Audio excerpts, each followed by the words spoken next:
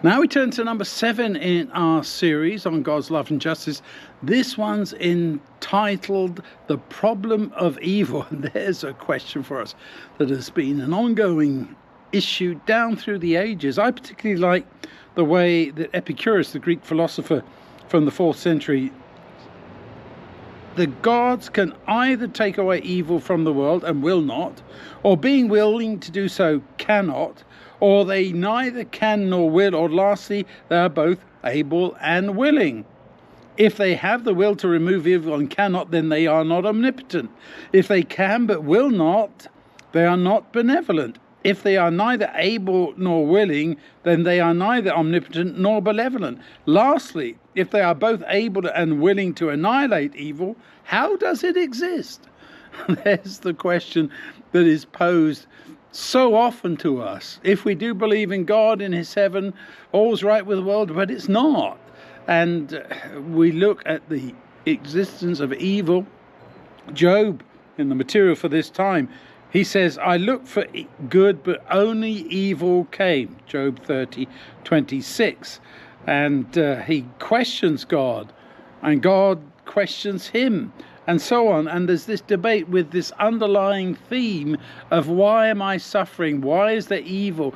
Why are there bad people in this world? And why do we have to exist in this world that is so evil, so sad, depressing even, you might say, because it all leads in death? There are other people who have also commented similarly. There's more recent ones.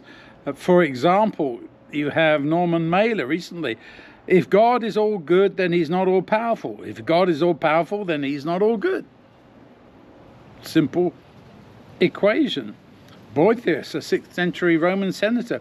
If God is, whence come evil things? If he is not, if doesn't exist, whence comes good? It's a conundrum, isn't it? And here we have to say that the Bible, with its overarching theme of the great controversy, helps us to begin to understand what's going on. And as we'll see in our next lesson, it all has to do with free will. If you give thinking, created beings free will, then the possibility of them going wrong will always be there. In this case, it was Lucifer.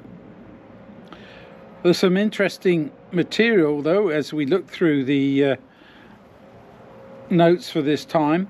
I put in that quote from Rabindranath Tagore: God seeks comrades and claims love. The devil seeks slaves and claims obedience. There's the issue, isn't it? There has been a rebellion in God's government, and God doesn't annihilate evil, even though, of course, he could, because he wants to help people see how it plays out and recognize that good is good and evil is evil, not just because he says so, because it inherently is.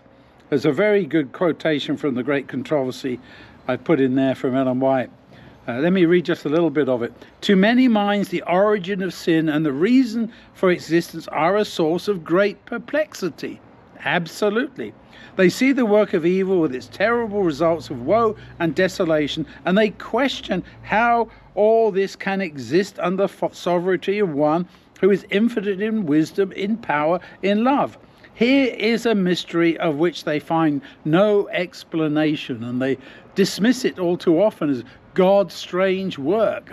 But we have to take it in a deeper way to think about, why does God allow this all to happen?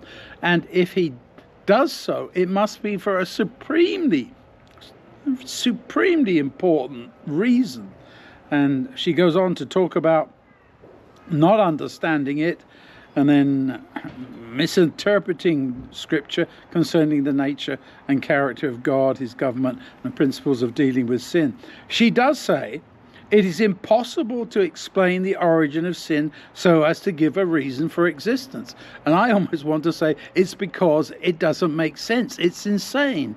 It's ridiculous to go against the way that God has run this universe and his principles, his morals and all the rest of it, and say, no, no, no, I don't accept that. I want to run my life differently, because it does lead to eventually physical death. You have spiritual death. You have a separation between you and God. But she does say, yet enough may be understood concerning both the origin and the final disposition of sin to make fully manifest the justice and benevolence of God in all his dealings with evil. And she goes on to basically say, it's not his fault. We are the ones who chose to follow Lucifer. Lucifer was the one who chose to disobey, and that's why we have what we have today in our world. Let's think about these things and try and understand how God is dealing with them.